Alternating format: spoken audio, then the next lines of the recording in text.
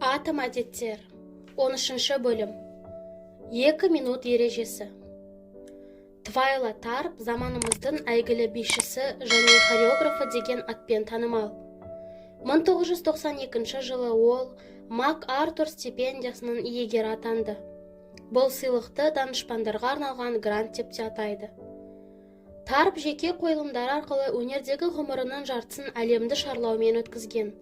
Ол күнделікті қарапайым әдеттердің арқасында осындай жетістікке жеттім деп есептейді.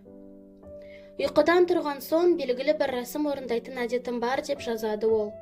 Таңғы сағат 5:30-да оянып, жаттығуға ыңғайлы киімдерімді киемін.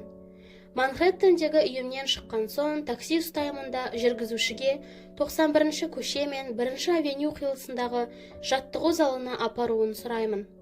Сол жерде 2 сағат спортпен шұғылданамын. Менің рәсімім күнде таңертең жаттығу жасау емес, такси ұстау. Рәсім таксиге отырып, жүргізушіге қайда баратынымды айтқанға дейінгі аз уақытта ғана орындалады. Біреуге қарапайым әрекет болып көрінетін шығар. Бірақ күнде таңертең қайталай берген сайын ол рәсім оңай орындалатын әдетке айналады. Таксиге отыру, жаттығудан қалу немесе кейінге қалдыру сынды сылтауларға жол бермейді. Бұны мен көп ойланбай, күн тәртібін ұстанудың бір әдісі деп түсінемін. Күнде таңертең ұйқыдан тұра салып, такси ұстаудан асқан оңай жұмыс бар ма? Міне, бұл да мінез құлықты өзгертудің 3-ші ережесі қалай жұмыс істейтінін көрсететін керемет мысал. Зерттеулер біздің күнделікті әрекетіміздің 40-50% қалыптасқан әдетпен істелетінін дәлелдеген. Мұның өзі айтарлықтай жақсы көрсеткіш. Алайда әдеттердің адамға әсері одан әлдеқайда көп. Әдет біздің енді қабылдайтын саналы шешімімізге жауап беретін автоматты таңдау. Кейде әдет бірнеше секундқа ғана созылуы мүмкін. Алайда ол одан кейінгі әрекетке ерекше әсер етеді. Ал ол әрекет бірнеше секунд емес, бірнеше минутқа, тіпті сағатқа созылуы мүмкін.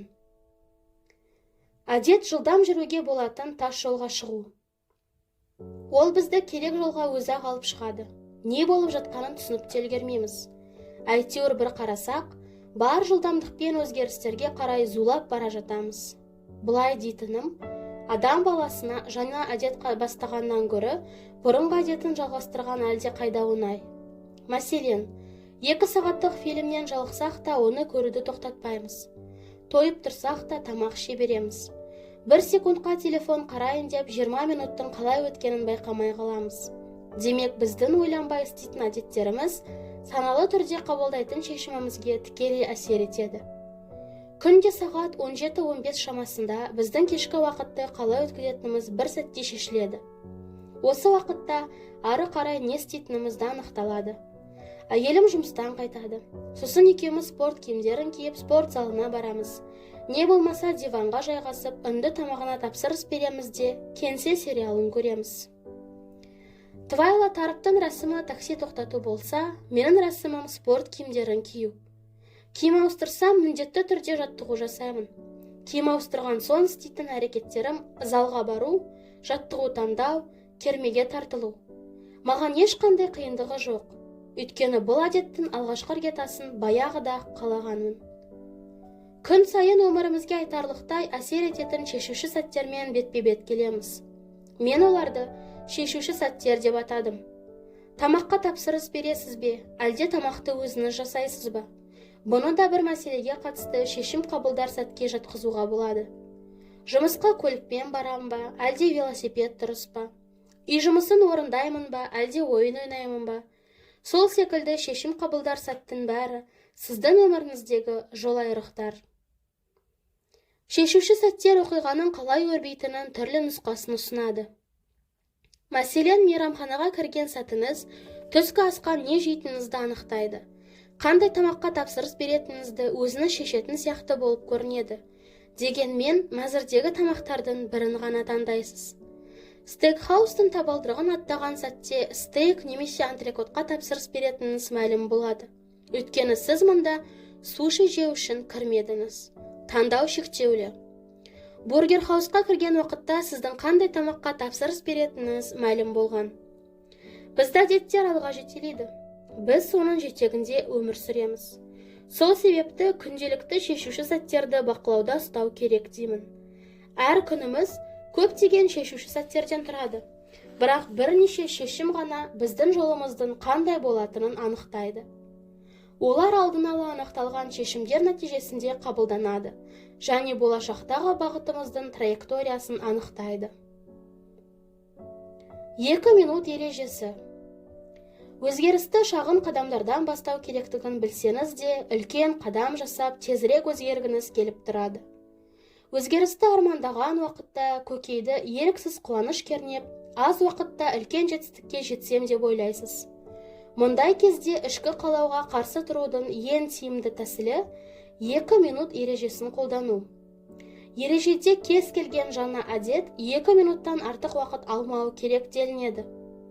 Мұнаны оқысаңыз, кез келген әдетті 2 минутқа сыйдыруға болатынын түсінесіз. Күнде ұйықтар алдында кітап оқу. Ұйықтар алдында бір бет кітап оқуға айналады. 30 минут йогамен айналысу.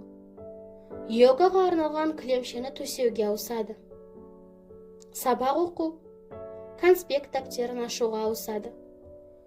Жуылған киімдерді бүктеу, 1-2 шұлықты орау, 3 миль жүгіру, жүгіруге арналған кроссовкалардың бауын байлауға өзгереді.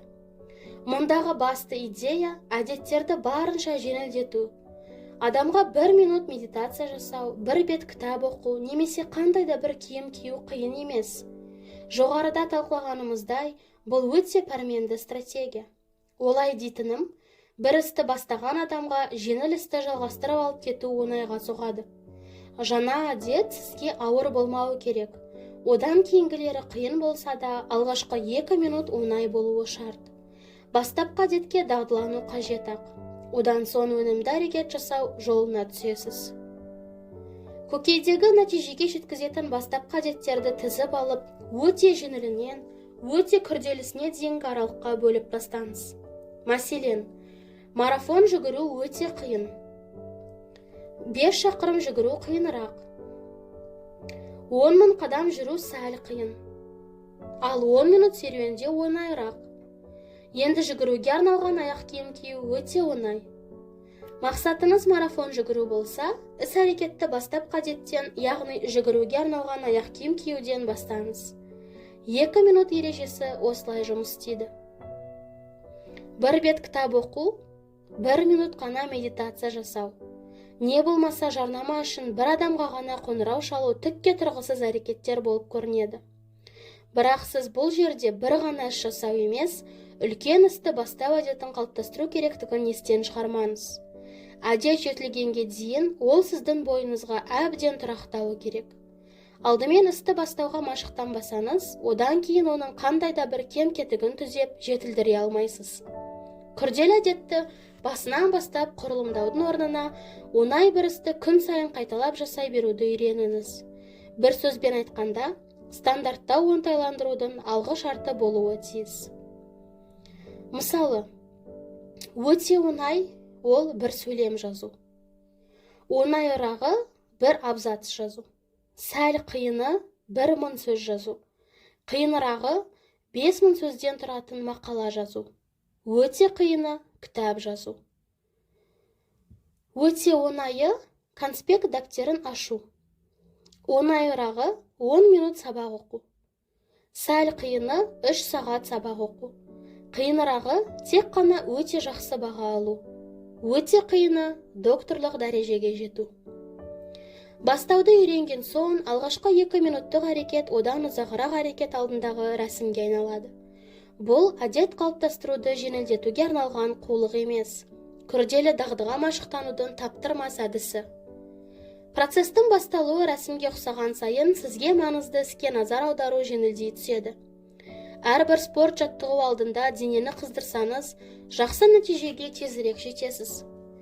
Бір ғана бастапқы рәсімді үнемі ұстану арқылы күрделі шығармашылық процеске ден қоюды үйренеміз.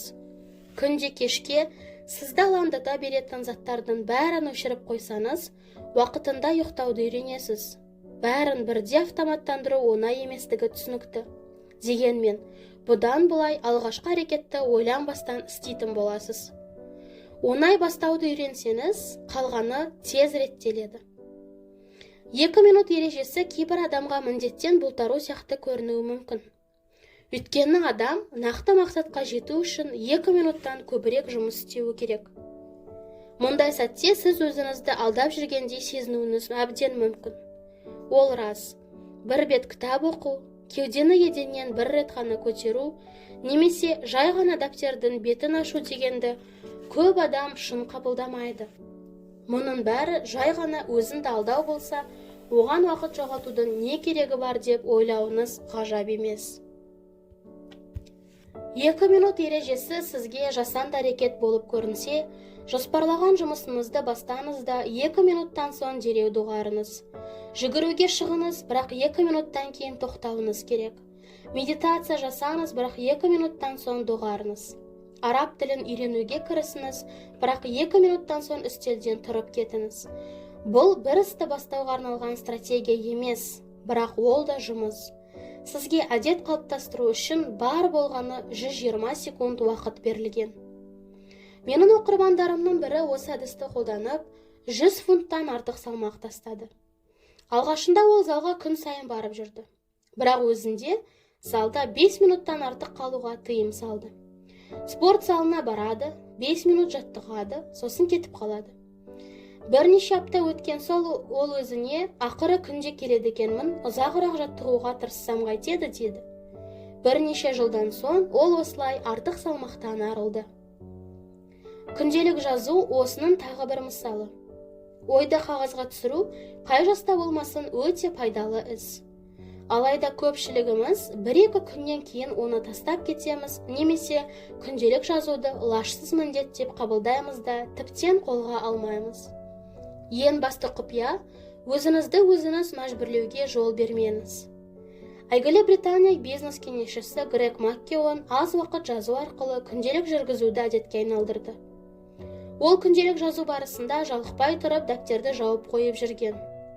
Эрнест Хемингуэй оқырмандарына осыған ұқсас бір кеңес береді. Жазуға енді төселіп келе жатқанда, жазуды тоқтата салыңыз, дейді ол. Осыған ұқсас тәсілдердің нәтижелі болуының тағы бір себебі, олар сіз армандаған жаңа болмысты қалыптастырады. Спорт залына 2 минутқа 5 күн қатарынан келуіңіз өзгеше болмыс қалыптастыруға қадам жасағаныңыздың белгісі. Ол кезде сіз шымыр болуды ойламайсыз. Жаттығудан қалмайтын адамға айналуды көздейсіз. Жақсы адамға айналуды шағын ғана қадамдар жасаудан бастаңыз. Біз шағын қадамдарды үнемі естен шығарамыз. Өйткені бар ойымыз түпкі нәтиже туралы болады.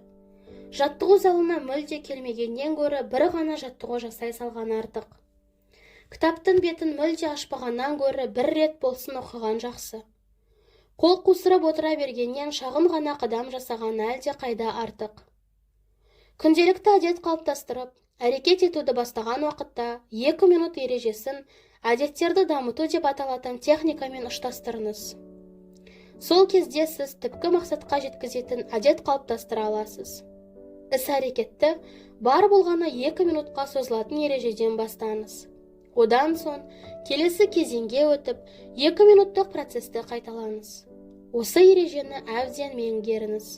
Содан кейін ғана бастапқы ойыңызды толық жүзеге асыра бастасаңыз, бірақ сонда да сіздің назарыңыз алғашқы 2 минуттық іс-әрекетте болады. Әдеттерді дамыту мысалдары. Әдет: ерте жатып, ерте тұруды үйрену. Бірінші кезең: күнде кешкі сағат 22:00-де үйде болу. Екінші кезең: күнде сағат 22:00-де үйдегі барлық құрылғыны, теледидар, телефон және тағы да басқаларын өшіру. Үшінші кезең: күнде кешкі сағат 22:00-де төсекте жату, кітап оқу, жұбайыңмен әңгімелесу.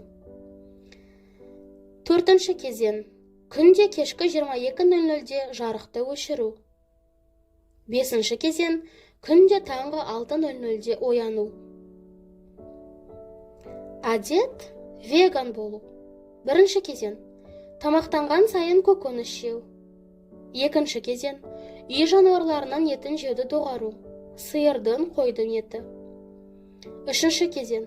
Үй құстарының етін, тауық, күрке тауық жеуді доғару. Төртінші кезең. Балықтардың, су жәндіктерінің етін, балық, ұлу, теңіз жәндіктерін жеуді доғару. Бесінші кезең. Үй жануарларының өнімдерін, сүт, жұмыртқа, ірімшік жеуді доғару. Әдет, спортпен айналысуды бастау.